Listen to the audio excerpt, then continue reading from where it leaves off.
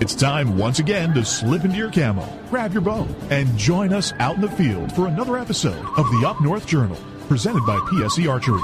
The Up North Journal crew is knocked and ready to rock for another exciting adventure. So let's step outside and hit the trail. This episode of the Up North Journal podcast is brought to you by PSE Archery, Carbon Express, Fourth Arrow Camera Arms, Wind Scent Hunting Sense, Killer Food Plots, Seeds, Supplements, and Attractants, Cabela's, Spot Shooters, Limb Walker Game Calls, Twisted Minds Bowstrings, Hunter's Blend Coffee, Antler Action, and Family Traditions Tree Stand. And don't forget you can catch us in syndication at 2 p.m. Eastern Time on goodtalkradio.com. Welcome back to another episode of the Up North Journal, everybody. I'm host Mike Adams, sitting in a warm cabin tonight. Hey, Dan. You all right? Yeah, actually, I'm roasting. Ladies and gentlemen, Mike is in full hunting gear inside a cabin. I'm kind of worried about him. Absolutely. I think so. What are you doing? I'm getting ready for hunting season. Well, you're not leaving till the end of the week. Are you going to be like dressed the whole week like this or what? I hope not. Actually, I want to prove a point tonight. You want to prove a point? Yeah. Okay. For those on the podcast, you can't see what I've got on, but I've got on what I was shooting in today. I went out and shot my bow, and I was wearing my hunting jacket, my gloves that I'm going to use this year, the hat that I was going to use, and a hoodie, which is inside my coat right now. You look kind of warm. It's hot, so I wanted to demonstrate something tonight. So basically, this is your hunting get-up. Well, you posted a video earlier this afternoon that you were out practicing. I'm going to take these headsets off. All This right. is not working right now. So Well, because you won't have headsets in the blind. no, I won't. So this is how I started shooting today, okay? Because I've got a scentlock hoodie that I wear, and I went out and wanted to shoot my bow. all right, and they say to shoot like with everything that you're going to be wearing, just to Right. get the same feel with when you're out, as opposed to shooting in July when it's 80 or something. And Right. now it's Michigan and it's 32 degrees. Yeah. So, Absolutely. Okay, so I got you. So got my bow out, went to shoot, and we're using the new stands releases this year. Yeah. Well, the first thing I noticed was my trigger hand. When I went to draw, I finally got tucked in, but when I was making contact, I had a hard time trying to find my anchor point. You were having a tough time feeling through the glove. Through the glove. Your rest point. Yeah, because the gloves, it's Yeah, not real thick, but it's thick enough to where I couldn't make that good contact. And the first round, I was shooting a group like this at 40 yards. Okay. For those of you on the podcast can't see. An 8-inch Probably 8 to 10. pie plate. Yeah, which to me is nowhere near what I need to be doing. Right, exactly. So okay, all right. All right, so first step, take glove off. All right. So you took the glove off and started shooting again. Got back in, got anchored, made good contact, and felt really good. Okay. Problem is the people on the live stream can see, when I drew, I'm trying to get tucked in back here. Right, exactly. I've got this going on, so I took the hoodie down, but I've still got a collar. You've here. got a pretty good collar on your hunting Yeah. jacket. For the people on the podcast, he's got a pretty good collar on his hunting jacket. And he's got it zipped up pretty much all the way, like in case you're getting wind or something. Yeah, And you got your hoodie on underneath that over the top. So It's bunched up. It's bunched up. So, okay, so you took your glove off. Yeah. You're getting good anchor point contact. Yeah. What did you do next? Well, I was worried about punching the trigger when I draw in because I'd have to kind of roll down and dig into here. Right, yeah, okay. Well, I did a Facebook Live explaining this. Right. Jason Pfister down in Ohio, who we shot with down at Yes. Adams Archery Yep. at a tournament, and first thing he said is, for those on the live stream can see, take the collar, turn the collar, And tuck it in? and tuck it inside. Ooh, that's a good tip. So now that opens up this whole area on my side of my face. And Okay. neck. Okay, so bang, right in there. So I don't have to worry about punching that Yep. trigger, setting the arrow, errant shot or anything like that. So it opens this all up. So this is the way I'm going to have to roll in something similar to this getup. Right, exactly. You're gonna have to remember to turn your collar down. Yeah. Can I take this off now? I'm roasting. Well, you're the one that put it on, so you can do anything you want. Trying to help everybody out here tonight. All right, hey, give me just a second. Danny, entertain everybody while I take this. You know what? Good evening to Jason, Tammy, Jim, Dan. Welcome to the live cast. Mike is taking off his clothes. No, I'm Just not. here. Cover your eyes. Here, I'll Taking cover off your my eyes. jacket, taking off my Okay. hat, taking off the hoodie. And look at you go. Whew, It's feel been a better. good week, though. We've Yeah. started Monday. Mike and I have been to the gym, Yeah. and we've been. I Getting ready for hunting season. We each went 4 days this week, I think. Yeah. Yep. I had to take a quick trip to Columbus, Ohio on Friday. Saw an excellent concert. Went to the home of the Columbus Blue Jackets. Boo. Never been to that stadium. That was kind of cool. Like I said, it was a good concert. And then I got back. And then this morning, you and I hit the gym again. Knocked off a 5K walk. And we're starting slow, so we're not out there pumping the iron and nothing like that. We're not banging weights. We're not. Right. We're just getting into it because it's a marathon, not a sprint. Right. Hey, before we really get going tonight, for everybody that's on the live stream, actually by the time you hear the podcast, this is going to be over. But right, I want to let everybody know tonight is the last night of our coffee giveaway from Hunter's Blend Coffee. While you're watching the live stream, scroll down. You can still listen to us. You got till midnight. Got till midnight, or do it after the show. We'll remind you again. Get in the coffee giveaway. Yep. Follow the instructions. Basically, what you got to do is get on the post and tag two of your buddies, two friends of yours, and go over to Hunter's Blend Facebook page and like their page. Correct. And get yourself in for a drawing of 2 bags of coffee and a tumbler. Yep, and which I don't have here tonight. You don't have it here, which you will win. And the 2 people that are in the post that was selected will each get a bag of coffee. Yep. So there you go. And you can enter as many times as you like. You can enter as many times as you like. Do it before midnight. Also, if you want to just go over to the website, check them out at huntersblendcoffee.com. If you make a purchase, remember to use the promo code capital UNJ, and you'll get 10% off your order. Absolutely. So, Denny Steiner is now watching. Hey, Denny. Welcome to the show tonight. Yeah. Glad you're tuning in. Hope to see Denny at ATA. That should be good. Hope he makes it. Denny, go over to our Facebook page, scroll down a little bit, and get yourself in for some of this coffee here. Get a chance to win. So, there you go. All right. You can use this pen, okay? Why? You're appreciated. Oh. I'm appreciated. Okay. Nice. Thanks, Dan. I appreciate it. I appreciate your appreciation. It just caught my eye. I was like... Okay, whatever. So anyways, yeah, we've been to the gym. We're going to continue it going. We talked about maybe entering a 5K here in December that's going to be in the area just to get out and do something. Well, yeah. I went to the doctor, month and a half ago. Hurt my knee at work. They sent me in just to get checked out. And I tipped the scales, literally. They about tipped over when I got on them. That's not good. I've been, I've put on a good amount of weight here in the last 2-3 months. They're feeding us at work during this training and bringing in decent So basically food, you sit, eat, sit. Yeah. And been packing the weight on, and I was getting a little hefty to begin with. So I tipped the scales at 261. Okay. It's the biggest I've ever weighed. Last time I went on one of these excursions to lose weight, I was 258. Got down to 202, and I'm like, I can't hunt, I can't climb tree stands, I can't get to my stand in a good manner if I don't lose some weight. So I got on that kick. Well, now I'm back up 261. So I said, you know what, it's time to do something. Ask you, what was it, 2 weeks ago, 2.5 weeks ago? Yeah, about 2 weeks ago when you were switching over your new shift. I said, hey, you belong to Planet Fitness, don't you? And no endorsements here, just that's where we're going. It's in the area. Yeah, so I went and I joined, and you and I started on this journey together to lose some weight and get healthy. Basically, I went every year I get to go get a physical for my dog for work, and I'm doing good. Of course, you can always do better, right? Mm-hmm. And he threw out the carrot there. If you lose, in my case, basically, if I lose, he did the BMI thing, right?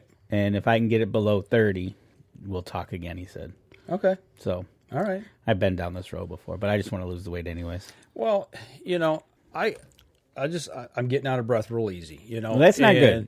Walking to my stand or riding my bike. I ride my bike to my stand most of the time, and you know how I worry so much about scent control. You're huffing and puffing, you're creating sweat, it's not good for hunting. And it's not good if you get a deer having to drag a deer out. We hear horror stories about that. Oh, yeah, absolutely. I started, the first day I started on the bike, the stationary bike, did 15 miles, did 17 the next day and 17 and a half the next day. And today you and I went and did the treadmill thing, which kind of hurts my knees, but I got bad knees, but we did what? We did a 3.2. Yeah. 5K. So yeah, we're getting healthy. You know what's gonna you'll notice the difference. And I remember this from when we did a rabbit hunt with Randy. Yeah, about 3 or 4 years ago. That's when I really started losing weight. Right. And I could tell when I was walking the woods how much better it was. Mm-hmm. And kind of like the same thing you'll see is once you start losing it and getting it out of there, and you start walking the woods like we do, and you'll be like, hey, I can handle that. Right. Well, not that I'm like a marathon runner now or anything, but you know what? After that first day, I felt good. After the second, third day, I felt even a little better. It's just you feel a little invigoration. You feel like you can do something, and I'm getting getting a little wind back. But guys, if you're gonna spend time out there, do it for yourself, do it for your family. Don't take any chances. Getting out there and having a heart attack out in the field. That's right. So don't need that. Don't need them coming dragging two things out, the deer and you. But I did weigh myself today, and since that doctor's visit, I've lost 8 pounds. Good deal. Good deal. I'm getting there. It's like I said, it's a marathon. Yep. It's not a sprint. So hopefully this time next year, I can say I've lost 20, 30, 40 pounds. There you go. That's what you do. So that's the direction we're heading. Right, exactly. And speaking of the direction of we're heading, Ron Moses finally joined us with a report of nothing, zip, and zero. He just got out of the stand. Yes, he posted that he was in the stand when we went did our live drop earlier. Mm-hmm. And Matt Howard, hello, fellows. From Ohio. Nice game last night, by the way. Oh, sorry, had to go there. It depends. Depends. Yeah, it depends on who you're rooting for. Because David Boggs is a Purdue guy. That's right. He'd be happy. He was happy. Randy Duncan be happy too. Right. Another, so, but yeah, how you like that weather? Wow. Little rain. I started my day yesterday. I had to go to work early, and actually I was in East Lansing. I had to do a pregame show for Michigan State game. Beautiful start, beautiful sunrise. Got there before daylight, and when it came up, crystal blue sky, clear sky. Temperatures were getting 40-ish, and then all heck broke loose. Well, we wrapped our gear up and got out of there before the game started, and all of a sudden, hail, snow, rain, 40, 50-mile-an-hour winds, thunder, and lightning. And I'm like, hey, it's October. It changes just like that. You are not kidding, because when I started heading north from Columbus, just like you said, sunny, little light wispy clouds. Right. And then as soon as we hit the Michigan border, it's like, that's awful dark off to the west. Yeah. And it was like, wow, what a shock. And then to be sitting at home the rest of the day and hearing it kind of heavily rain into snow at times. I couldn't imagine being in a tree stand yesterday. Yesterday would have been interesting, especially when that wind kicked out. Right. You ever hunted in high winds like that? Yes, I have. And it's not fun. I'll tell you what, though. Let's continue this conversation. We're already up on our first break. So there you go. Let's step outside. We'll take our first break, and we'll be right back after this.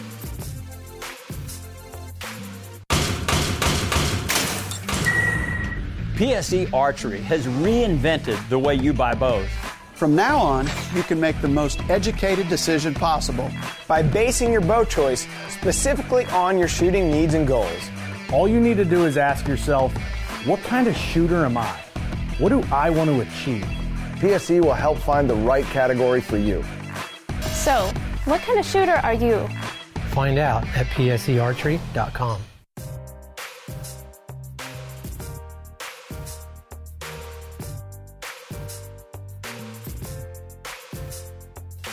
Welcome back. Second segment of the show, talking a little bit about health in the woods. Health of the woods, and what? Since getting ready to get in the woods. Yeah, we went into that last break. What is the roughest weather you've ever hunted in? What do you? I guess what do you define as rough? I did a 6-hour set in about 20 degrees, blowing and heavy snow in a tree stand during muzzleloader season. Okay, that's yep.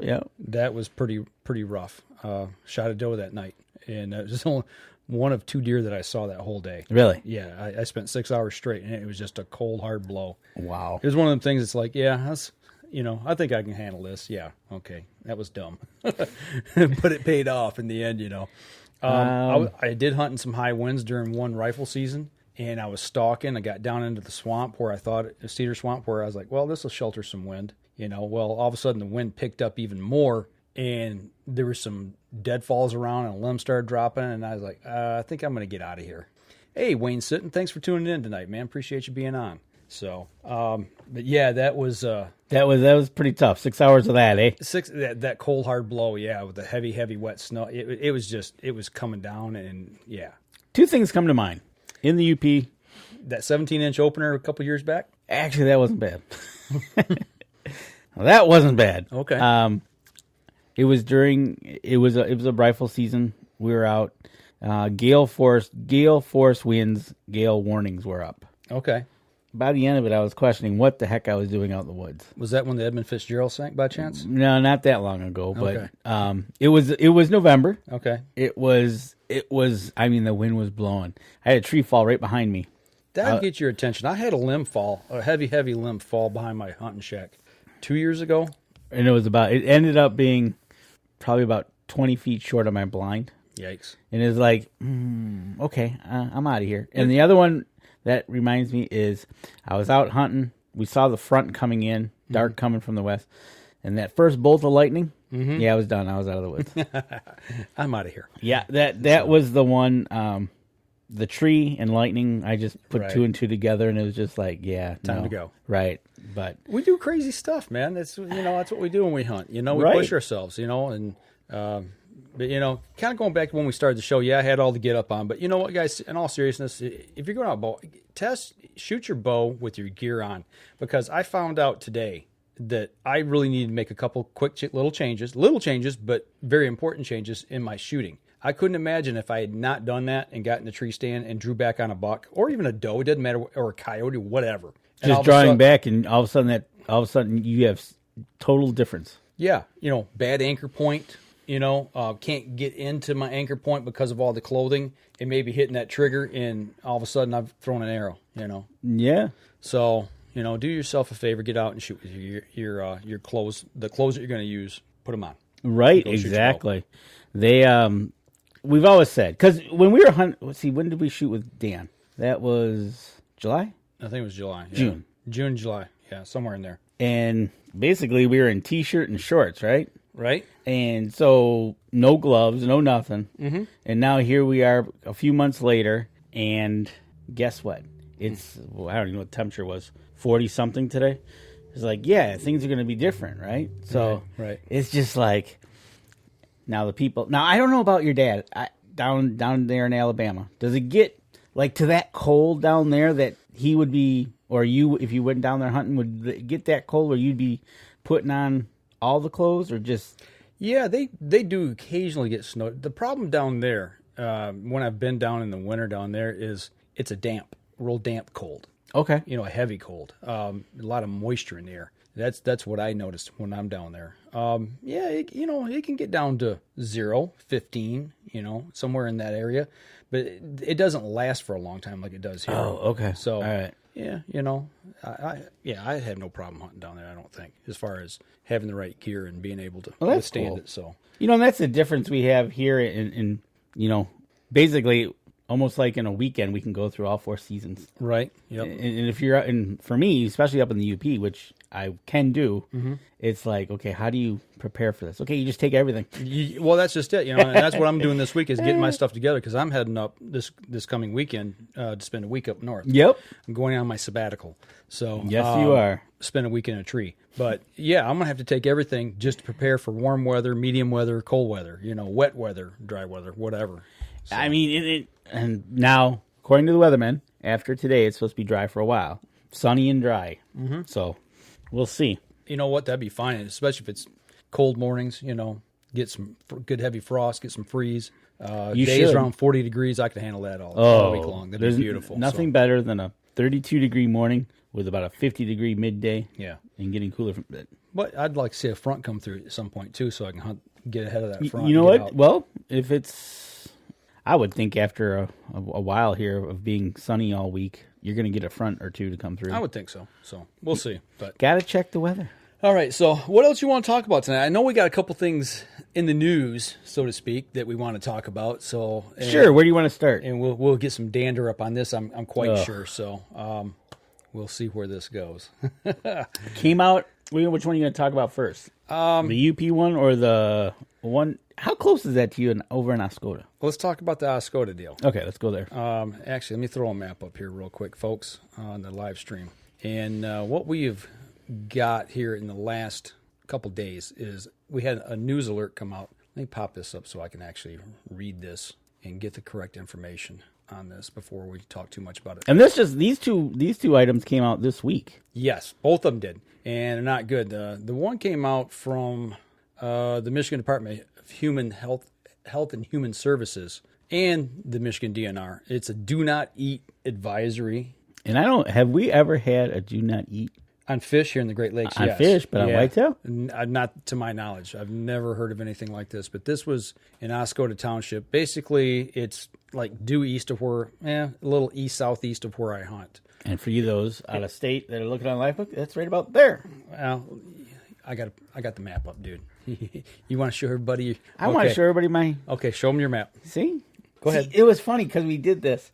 And Michiganders can go to Florida, too, and they just got to turn their hand, and there's Florida. Goodness, I'm not going to go there. Anyway, basically what's going on here is this map we got up right now. You can see what's old Wurtsmith Air Force Base, just over at the edge of Lake Huron, over near Oscoda. This base, I think, went out of commission 20 years ago. About, yeah. At least. Years. So...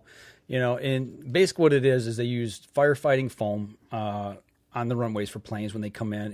If they had a fire, it's fire retardant. Yep. And I believe it's a plastic that's in this of some sort. A poly. Some kind of poly. If you move that screen, it's right there.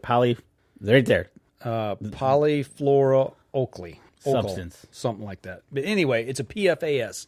And this stuff got down into the groundwater, basically is what happened. Over the years, over several years, maybe decades. And deer in the area, obviously consuming water. Looking at the map, there's two big bodies of water at each end of the runway, it looks like. Yeah, there's Lake Venison there, and I'm trying to remember what the other one is here. The Foot Dam Pond. Okay. Anyway, the deer got this in their system. Okay. And for whatever reason, they started doing some testing around there. They tested 20 deer, and one of the 20 deer came back with a level of the PFOS in the muscle of the deer was 547 parts per billion. And that doesn't sound like a lot, but the level that's safe is 300 parts per billion. Or less. Yeah, or less. Okay. So it was almost twice the level that's safe to consume. So now we've got deer running around with this chemical in them, and it collects in their muscle tissue, and that's obviously what we eat on the deer. That's right. So it's like, don't eat it. In this blue, let me put the map back up. In this blue area here outlined, they're saying if you're hunting in this area and you shoot a deer, do not eat it. Yeah, and I don't know how is that a miles around that area? Must be. Let me see here. 5 mile radius. And it's amazing that it's a 5 mile radius around the air base. They must have used a lot of chemical. Well, I got to imagine they probably practiced a lot. That could be. But do you remember back? Not to get. I don't want to get on this political bandwagon right now, but everybody has heard about Flint, Michigan, and we live right here, just out on the edge of it, and the water problem we've got here. Yep. Okay, this problem here at the air base came up about 2 years ago, I believe. They started testing up there and found that the groundwater up there had a problem, not the same problem as Flint, but had a problem with stuff being in the water. Well, it seems that the Flint thing has kicked off. That's been a couple years now, because now they're finding it in multiple cities in the state. Right. They're finding it in Detroit. They're finding it out over on the west side. They're finding it, and it's just a matter of the pipes are getting old, folks. And in this case, now we've got chemicals in the groundwater. This base hasn't, like I said, they haven't used this as a quote unquote Air Force base. They still use this base for commercial stuff, but it's not a military base. Yeah, it's not a military installation anymore. So they quit using this chemical, I think they said about 20 years ago or so. And so wherever this one deer they was closest, they got you kind of wonder where they took that deer from. Well, they said they took it near the marsh, Clark's Marsh. Let me put the map back up for those on the live stream. You can see Clark's Marsh. It's there in the yellow. Right, which is right next to the runway. Yeah, so that's where they found the deer that had the chemical that was inside the muscle matter. But they tested 20 deer, and 1 in 20 came back, and now, that's what they've said to do. Yep, exactly. So now my question is, what are they going to do? Are they going to let nature take its course here, or are they going to go through and are they just going to go in and try to wipe deer out? It doesn't get rid of the chemical, and more deer are going to finally filter back in. Right, exactly. And then click that article real quick. Just reading that real quick. An additional 48 samples of deer muscle from the 2017 hunting season were tested from other areas across the state. Preliminary data shows that these deer no PFAS contamination. Well, that was going to be my next question. How this chemical? How widely used is this chemical across the United States? It tells you right there that it must be, because all of a sudden now they're saying we better test other areas. It doesn't say what other areas they tested. Right? Are they testing? Well, if they test, we got Flint Bishop here just to the north of us. Would they test around there, or would they? I don't know. And it just goes to show you that they're testing things that now all of a sudden, ruh-roh. Well, how many years have we been, they're still telling women who are pregnant to not eat fish out of certain lakes. Oh, absolutely. And river systems here in Michigan. And I don't know, what was that due to? Was that due to PCBs or was that another chemical that was in the water? It might have been another chemical. Mercury?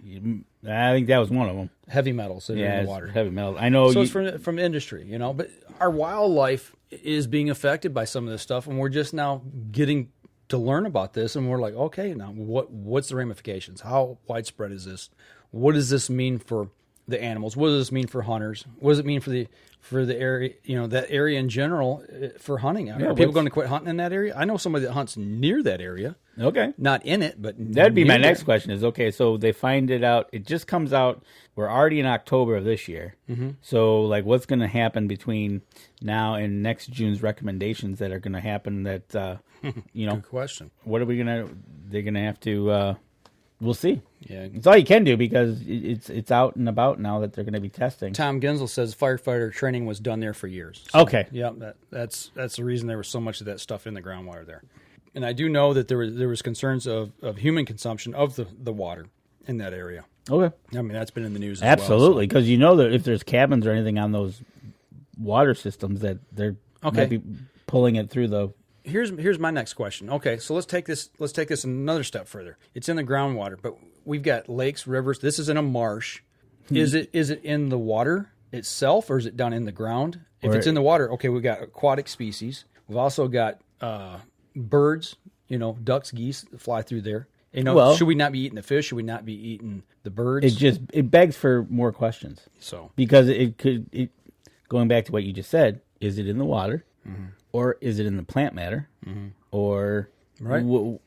Because you're looking at a really big lake right next to it, right? Yeah, and those all feed into that lake, right? Exactly. So it's like, so there's probably more to come on this. Yeah, I don't think we've heard the last on this, and I just wonder, what's the they call it the half-life of these chemicals in the ground. How long does it take for this stuff to get broken down and be depleted out of the soil to where it's no longer a problem? It makes you wonder because it's a poly. Yeah. Those last, I do believe, a long time. I would imagine so. But yeah, just another thing to worry about here in the state of Michigan. Right, exactly. And that's one of them. Yeah, right. Well, I'll tell you what, we're bumping up here on our second break. Let's take our second break. When we come back, we'll continue the conversation here about this and another piece of interesting news that came out this week here in Michigan. We'll be right back after this.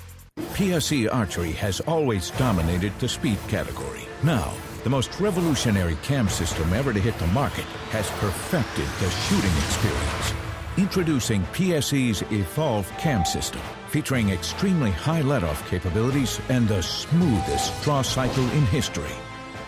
No other cam system has ever delivered this level of total comfort and total control.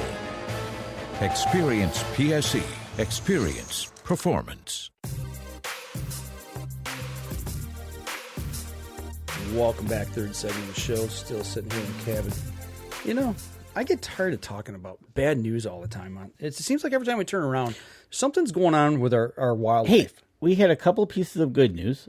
I got a deer. Gabby got a deer. Yeah. My cousin's got a deer. I guess we're due for some bad news. Well, hopefully next week we can turn around and I get a deer. That's exactly where I was going to go with that. So it's like, okay, so next week you can come through. You get a deer. You get a deer. Everybody gets a deer. Right, exactly. Well, I know what I'm going to get right now. That's some more Hunter's Blend coffee. You do that. I had my 1 cup for the night, and I'm good. So, guys and gals, make sure, like we said at the beginning of the show, Get over there and get into that drawing. You got till midnight tonight. If you're listening on the podcast, it will be too late. But you can still get time over there to go share it. You like that sound, don't you? I do, yeah. Good coffee. Got a little too much cream on it tonight, though. It's milk. It's not cream. It's milk. Whatever. All right. Still a little too light for my liking, but... So we got another piece of great news this week, by the way, which... could affect you. I'm sure it will. In some way, shape, or form. Yeah. Do you want to handle this one? Yeah, it's just one of those things. Let's pop up another map. What do you say? Yeah, hey, pop up another map. That's always good. That's the UP. That is the UP, and that is directly east of where I'm at. The next county over. Next county over, absolutely. Found some CWD on the deer. Do you got that article up? Yes, I do. All right. Right there. Actually, they found this deer during damage shooting permits in Dickerson County. So these were disease or farm control permits that were issued. Yeah, so and they shot a doe. They shot a doe that was 4 years old. Okay, and so they were doing the right thing, shooting all does. You know, they did some testing and came back positive for CWD, marking the first confirmation of the occurrence in the Michigan's Upper Peninsula, which, by chance, is connected to Wisconsin. This deer was shot on a farm about 4 miles from the Michigan-Wisconsin border. Right, exactly. You mean to tell me that deer do not obey the state line and stay within their state? They should. Just well, we put up deer crossing signs. Don't they read those? Right. Anyways, so now what they've done is they've identified, this came out October 18th, Thursday, I think it was. So what they did is they immediately went into CWD mode and threw up a 5. Is this a 10-mile border or a 5-mile? Oh, not sure here. So have to read the article. This year alone, as of October 11th, a total of 625 deer damage permits, roadkill, and hunter-killed deer have been tested from Dickinson, Gogebic, Menominee, and Iron counties. All those but up to Wisconsin. Right. So what they're doing is they're trying to watch it to see if it comes across the border. And guess what? Well, somehow one in Dickerson got it.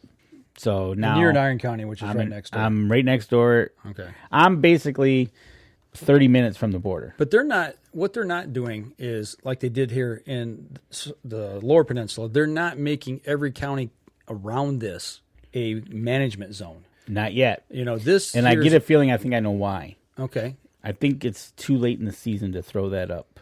Okay. To say, they've already got everything, all regs for the year basically have been started and rolling them out. Yeah, but you'd think, though, if there's disease, and you got something that's emerging there, that they would take the approach of trying to stop it. I mean, I don't know. Going back to how they handled the baiting. They're going to ban baiting, but they're not going to do it this year. They're going to do it next year in the Lower Peninsula. And it's like, well, wait a minute. Okay, if this is really this important, why aren't you doing it now? Right. They're letting it go for another year. But this here's let me throw the map back up again. A 10 square mile area. You can see the dark blue line there around the area. That's called the core area.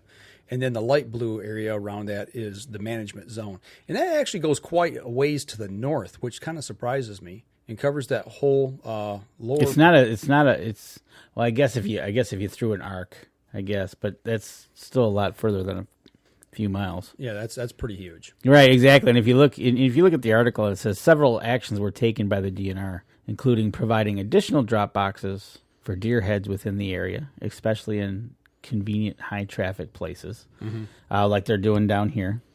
Offering disease control permits to interested landowners who have more than 5 acres of land within the 5 miles of the center of the surveillance area. And then they're going to allow baiting for the deer to continue for the rest of the year. Like the lower. With future decisions on feeding deer will be based on results of a surveillance effort. Kind of, what are they going to surveil? I don't know. Maybe and the last one is an ongoing DNR UP deer migration study will be adjusted to include the affected area within the boundaries. Deer will be collared in the area to better understand the movement of the deer. Don't they already have some of this information on how deer migration's working? I sure would. Upper Peninsula? You would think. Okay. Because I know the Mississippi that was in our area, Mississippi State University, that was doing theirs. They're doing that predation study. They were doing predation. They collared some does, and they watched a doe that was in our area basically go from just north of me almost to the city limits and turn around and come back. Mm-hmm. That was her migration part here. So, okay. Up there, obviously the winters are a lot harder up there than they are in the lower peninsula, on average. Okay, so the deer, they have huge deer yards up there. Yep. Okay. With that being said, and there's no doe permits issued up there. Okay, so basically if you took Menominee County, which is the county which would be the tip of the upper there. Okay. And then you've got Dickerson where we're in. Mm-hmm. Those two counties would do a lot of the doe permits that have been ongoing. Okay, they have been issuing them up there. Just not in your county. In basically the whole top of the Upper Peninsula, most of the Upper Peninsula, except for like the point of the upper. And I think there's another area or two.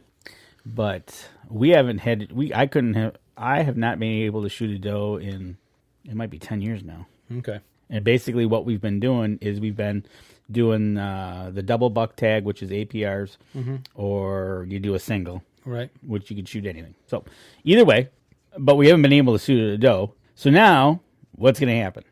So if we follow what the DNR did this year, basically what's going to happen is they're going to start, and they'll go around every county that attaches to that county and say, let's start shooting. I would think you would have to keep the population down, like they're trying to do down in the south. Maybe, hopefully, not to the degree that they want to, that they're trying to do down in the core area down here in the southern peninsula or the southern lower peninsula. But if they don't, you're gonna have these big deer. I don't know. I've not hunted up there, but from what I've heard, they got big deer yards. They group up. They're going to pass this off to one another, and you're going to start to see this start to grow. That's just me thinking on basic knowledge of what we already know. So my first question is, now I think in this article it said, well, there was an article where we saw when we were kind of looking at this that they found a deer that was in Wisconsin that was CWD positive, just across the border. So then, that's my question is, okay, so in Wisconsin, how does this correlate to that boundary? Yes. Gotcha. So in Wisconsin, where's the CWD line, or where they found it to Michigan's line? Right. Now, if you take in the migration pattern, okay, you might have a connection, or you might not have anything. So it'll be interesting to watch, and it's again, I'm questioning a conference call with stakeholders. That was mentioned in here. Yeah, it's right above that, right there. The conference call with stakeholder groups is scheduled for early next week. Okay, yeah, you and I had this discussion today earlier. Yeah, it's kind of. What's a stakeholder? What's a stakeholder group? Who are they? What are they? Who owns the majority of the land in that area? I'm just asking. You know, right off the top of my head, I'm thinking paper companies or timber companies. Okay, is going to probably be the two biggest ones up there. They used to be. Those are the big stakeholders. So it'll be interesting to know what's going to go on up there and see what happens. And kind of reading along this as we look at that. Underneath the bullet points, an interesting process and dispose of your deer carcass. Yeah, I did notice that. Would you like to visit the website to learn about the proper carcass? I brought a thing home today and actually looked at that. In a hazardous waste landfill. Is where you're supposed to take the carcass. Yep. Okay, so obviously when you go to a landfill, they're marked that you could bring hazardous waste. So now deer carcasses are hazardous waste. The ones, all of them. Taken out of those areas. In those zones, it doesn't matter. It becomes so now here's going to be my other, if they do what I think they're going to do next year, and if they make me a CWD zone, which will be entertaining, I'm going to have to bone my deer up. You won't be able to bring it out of the county. Right. I'm going to have to bone it up right there. Interesting. On this point here, if you know, at the TV station I work for, we do that segment On the Trail. Yes. We've been talking about this. The gentleman that I work with on this from Williams Gunsight and Outfitters, Tom Wright, the owner, he just realized that in the county he hunts in is a CWD management zone, and he lives in a county that's not in a CWD zone at all. And now he has to treat his game differently and follow the protocols in order to be able to bring said game home. Yep. And we're talking about that. Actually, I just shot a story on it, 2 stories on that this week. And the first one's going to air tonight, actually, and the next one next week. And the week after that, we're going to talk with Morgan Warda, who is the MUCC / DNR wildlife coordinator, cooperative coordinator. And we're going to talk about the ramifications of people hunting in a CWD zone or management zone and what they have to do, because those two are handled even differently. And what you can and can't do of taking game and how you get that game home legally. Right. So there's a lot of issues with this, and it's going to change, especially for you. So if you're up, like you and I have said here in the past, that if you're up hunting and you got to be back home Sunday, Saturday night, you're probably not going to hunt Saturday night, because if you get a deer, what are you going to do with it? Okay, so I mean, really. All right, so do you just drop it off at the butcher and say, "See ya, I'll be back in whenever I can to get it"? Because I mean, that's how long does it take you to get there? 6 hours? From my house, it takes me 7.5 hours. 7.5 hour drive? Yep. I mean, really? So, okay, how do I cut up a frozen deer? That's another good question. Because in November, it's going to get a little chilly. Yeah. It's going to get chilly at night. Well, we saw what happened with the doe that I shot last year. And that was in December. That was in December. So, am I going to have to bring it in the cabin, thaw it out, and slice and dice? Well, put it in my sleeping bag maybe and warm it up? Things you got to think about now. Right, exactly. It's like, okay. Because I also like to let them hang. Right, and age. Just age and just, let the deer just... And it's like, okay, so now... Depending on what we do and how many we get, we might actually have to say, okay, guys, this day, we're not going hunting because all hunting's done at this day at this time, and it's time to start processing. And next day, we're gonna either that night pull the deer in to somewhere warm, and then the next morning we start cutting. Okay, let's take it a step further. You want to get the taxidermy work done on this. That presents a whole nother area of problems that you have to deal with. And that's exactly what we're talking about on our On the Trail segment these next 2 weeks. Okay, so let's go to the part 2 of that. Now, I can't bring the head back to my local taxidermist who I like. Depends. And if it's a management zone or if it's a core zone. Okay, if it's a core, you have to bring Can't leave the county. So you have to take it to a taxidermist in the county. Or have all brain matter cleaned out of the skull cap. Okay, so you which means in order to do that, if you're going to have a shoulder mount done, or let's say you got the money and it's a real nice buck and you want to do a full body mount, you have to completely skin the whole animal. And when I say completely, head, nose, ears, the whole 9 yards. Yep. You got to skin it out, and then you've got to take the skull cap off and clean it of any brain matter. Yep. Any exactly. and all. You got to totally. And still, you got to debone the animal out. On top of that, you haven't gotten to the deboning yet, but right. And so now. I tell you what, hold that thought. We're up for our last break here, so right. We'll continue the conversation on this when we come back. We're going to step outside and we'll be right back after this.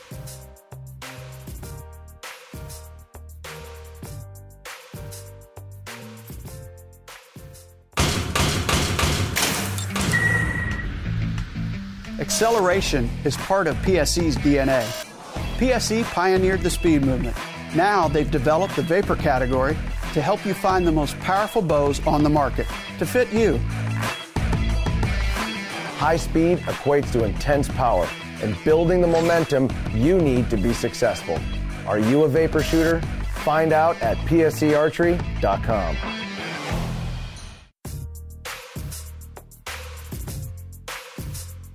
Welcome back, last segment of the show. I've got Danny riled up. No, it's just one of those things that we're going to have to deal with if it comes. But I'm on the assumption that something's going to happen. You got to prepare for it, right? Exactly. So okay. So when we left the last segment, I shoot a really nice buck, and this all depends on what happens with next year. Because if they just leave it the way it is, nothing changes. Right. Or now I have to find either I skin the whole entire animal. So I can bring it back to have a taxidermy down here, or I find a taxidermist up there. Right. Number 2, I debone the animal, bring back the meat, or take it to a processor there. Don't know when I'll pick it back up, but that's another story. Right. So now, here's my question. We've only talked about deer. Right. Has there been anything into the other animals? And we talked about this. Because there's going to be now, okay, so we got deer. Right. There's coyotes. There's wolves. There's bear. There's moose. Bobcat. And bobcat. Right. Do any one of those have it? CWD basically affects the cervids. Okay. What we know, what we've been told, is that the predators pass the prions. That's exactly what we've been told, and that's where I hope it stays. Mm-hmm.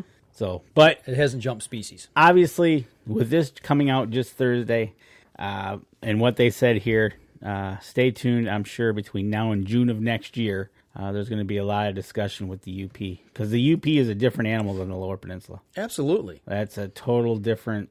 First of all, you get it's like a whole different country. It is, literally, because you've got the northern side of the UP and the southern side. Mm-hmm. And it's like, okay, and then you've got east and west. Right. And going from that point, we'll have to see when they talk to the stakeholders what goes on. Well, it's going to be interesting when we talk this week, when we do our interview this week, and just get the basic information. And that's really what we're trying to do with the stories that I'm helping with, is just getting the information out to hunters, because I still think there's a lot of people that hunt, especially here in southern Michigan, that maybe live in this area and hunt on the west side of the state and maybe a little north, and they're in these CWD management or core areas. And maybe, I think there's still a lot of misinformation out there. I think there's still a lot of unknowns, or people just flat out don't know or haven't heard them, really understand what to do. So, and that's what we're trying to do, is just educate people on what the rules are. I think there's a lot of unknowns, and I think Colorado's been dealing with this since the 60s. Right. So a good model, I think, would be to look at Colorado and say, okay, what do you guys do? Because their plan has been the 60s, and that's for 50 years ago. Yeah, right. And taking this, you mentioned taking your game to a meat processor. Strangely enough, we talked with a meat processor 3 weeks ago, and this whole subject was brought up because he's in this county here, where we're just one county over is a CWD management county. And I brought the question up. I was like, how do you handle this? He goes, I cannot take deer from that area. Right. He says, I won't take them. He said, the first thing they've got to be done is if it's a management area, you drop the head off within 24 hours of killing the animal, drop the head off at a drop box, check station, whatever, for testing. Yep. And then they're supposed to get back in touch with you and let you know if it passed or not, if it's got CWD or not, if it's suspect. And I said, well, what do you do? I said, well, once them deer come in, he says, we quarantine everything and put it, in a quarantine area. As long as they've got that tag that says that they've dropped that head off. Oh, yeah. Awaiting testing. He said, as soon as I put that deer on my table, he said, it's a wood table. He says, that table is ruined. Not to mention the other equipment involved. So, think about the meat processor and what they have to deal with these prions. Because prion, they've already said you can't burn them. You can't get rid of them. You can't throw bleach on it and wash it away. It's a protein. It's not a quote-unquote living organism. I had this talk with the processor up in our area last year. And definitely afraid if it shows up in our county. And we didn't get into specifics because we knew at the time it was across from Wisconsin. And I asked him, so I said, he goes, it's not going to be good. And now you explained why. So now I understand what he's probably going to go. Matter of fact, I kind of want to stop there and ask him. I probably won't have to this year because we're not in that area. But if it becomes that area, I'm going to have to stop in there and say, hey, are you going to be accepting deer, or what's going to be going on here? Right. And I know that... and you think of those guys who do that, they rely on this time of year to make that extra money. He retired, and I was talking to him about that. I said, that's awesome, you can retire. He goes, yeah, I'm just open 3 or 4 months here now for like the hunting seasons and like into January. Right. And he says, I'm good for the rest of the year. And then I'll start back up, periodically. Right. Because he does like beef and other animals. But yeah, he's like, I'm retired, but I just do this because I know I can make some good money in 3 months. Wow. So obviously it's more to come. This just came out this week. Both things came out. Yeah. Obviously with the plastics one, it said they checked across the state at other spots, so they're obviously aware of it. This became a problem in Oscoda. CWD showing up in the UP. Thanks. I'll blame Wisconsin. Can I blame Wisconsin? Blame whoever you like. I don't care. Okay. I blame Wisconsin. Send all emails to dandefaw@upnorthjournal.com. Right. But anyways, stay tuned. I'm sure between now and next year, we'll be right back at it with a nice bunch more discussion. My question is, when does this stop? When are we ever going to get past the point where we're worrying about what's in our game? that's the thing. The beautiful thing about wild game is we always say it's pure, it's healthy, it's the best meat you can get because it's not injected with chemicals, it's not injected with steroids, it's not, And now we found out our deer's full of plastic. Our free range deer is full of plastic. Yeah. Right?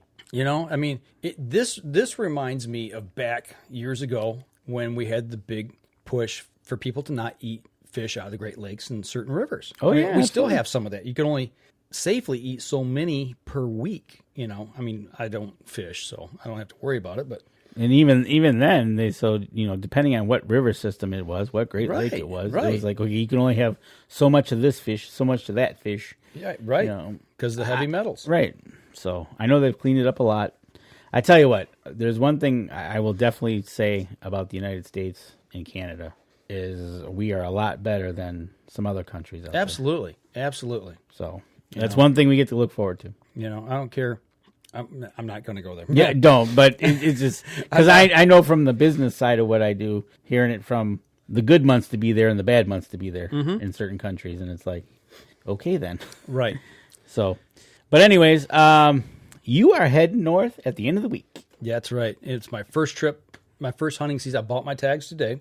I got a fistful of tags, and hopefully I can fill 1, 2, 3 of them maybe. I mean, that'd be nice if I could fill 3. There you go. But, I'm going to get up there and see what I can do and try to put some meat in the freezer and have a good time, go on my sabbatical.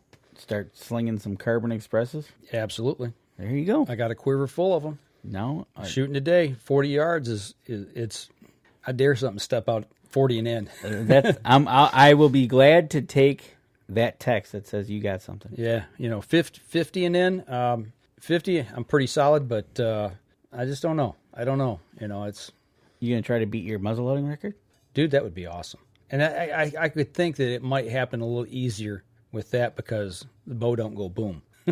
So I can reload on that quicker than I can a muzzleloader. It just quietly goes. You're right. So, right? So, so no predictions. No predictions, but we will keep in touch and see what happens when you're up there. Absolutely. And but other than that, we got to do some working out this week. Yeah, absolutely. We're going to get back at it, tomorrow, hit it again, and stay at it. So now, as far as the live stream goes, next week, we're not going to do a live stream. Yep. I'm not tearing the studio apart and taking everything north of me. So the plans are to do a podcast from camp. Don't know if you're coming up yet or not. No. Still waiting on that. But if not, if I have to do one solo, I'll run you through what I've been through for the first couple days at camp. We'll do something. And you know what? And I might even throw a couple out during the week. We'll have to see how that goes, but that's a possibility as well. But our next live stream will actually be 2 weeks from tonight. Yes. So also, 2 weeks from yesterday, which will be November 3rd, we're going to be at Cabela's in Chesterfield, Michigan, doing a Field to Fork special down at Cabela's. Yep. If you've been paying attention on social media, Cabela's has been promoting from the field to the fork. Yep. So we're going to be doing some seminars there using the gear that you use to process your game. From the field to the fork. How you prepare your game and how you preserve the game. Yep. So that's the 3 things. We got 3 seminars, I do believe, we're going to be scheduled for. We'll be there from 10 till 4 on Saturday. Yep. It's 1 day only. It's a 1 day only deal. So it's probably our last show for the year down there. I don't know of anything on the horizon for this year. And have you looked yet at what they're doing down there as far as what they're going to give away? Before we let everybody go here, let me just let me get on here and find this real quick. And because we're gonna have to move out of the way for Santa Claus. The big fella's coming. He is. And he's going to be here soon. Right? And, that'll lead us right into December. All right. Let me just run this real quick because this, they're giving away some prizes down here. And I want to make sure I get this right. Okay. Join us for the Field to Fork at Chesterfield at Cabela's. Vacuum sealing keeps your food more fresh and flavorful than the conventional freezing process. We're going to talk about vacuum sealing, which I'm a big fan of. I tell you what, I got mine last year, and it is awesome. It is. It's great. Processing your harvest. Our outfitters will show you the basics on using the correct knives, cures, and cookware, and more. And then grinders and dehydrators. Learn the tips and tricks for grinding, slicing, and dehydrating your harvest. The first 25 customers to attend each seminar, that's 3 of them, so that's 75 people, will receive a free LED lantern. Plus, they will be entered in a chance to win an Outdoor Edge game processing kit. And that's pretty cool. That's pretty cool. I've seen those. Those are pretty nice. Yeah, those are pretty sharp. So get it sharp. Yeah. See what I got to work with, people. But anyways, so we'll be there November 3rd, 10 till 4. Kind of going through all those things. It'll be fun. You know? They're gonna have us doing something. They said they'll provide the stuff to cure, grind, all that kind of stuff. All that stuff. So you got to show up. Come on down. Matt Howard says PS bows are quiet. There's no It's just there it is. Right. So, like I said, no predictions. No predictions. But we'll keep everybody updated how Mike's doing. And Tom Gensel says, "Good hunting and be safe for all." Right on. Absolutely. If you're going to be in a tree, wear your safety harness. Absolutely. Yep. Got mine. I'm sitting over there in the bottom of the cabin floor over there.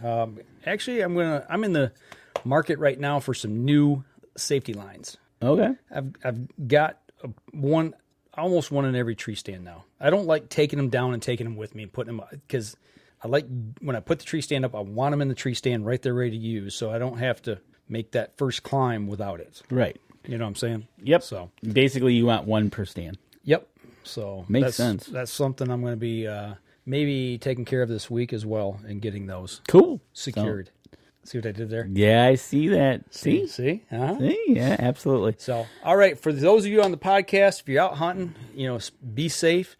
Put your safety vest on. Like I said, get out there, do a little exercise. It'll do your body good, but more importantly, we don't want anybody having a heart attack out there. So that's right.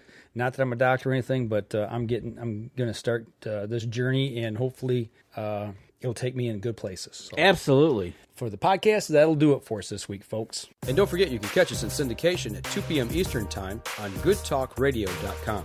This episode was brought to you by PSE Archery, Carbon Express, Fourth Arrow Camera Arms, Winsent Hunting Sense, Killer Food Plots, Seeds, Supplements, and Attractants, Cabela's, Spot Shooters, Limb Walker Game Calls, Twisted Minds Bowstrings, Hunter's Blend Coffee, Antler Action, and Family Traditions Tree Stands.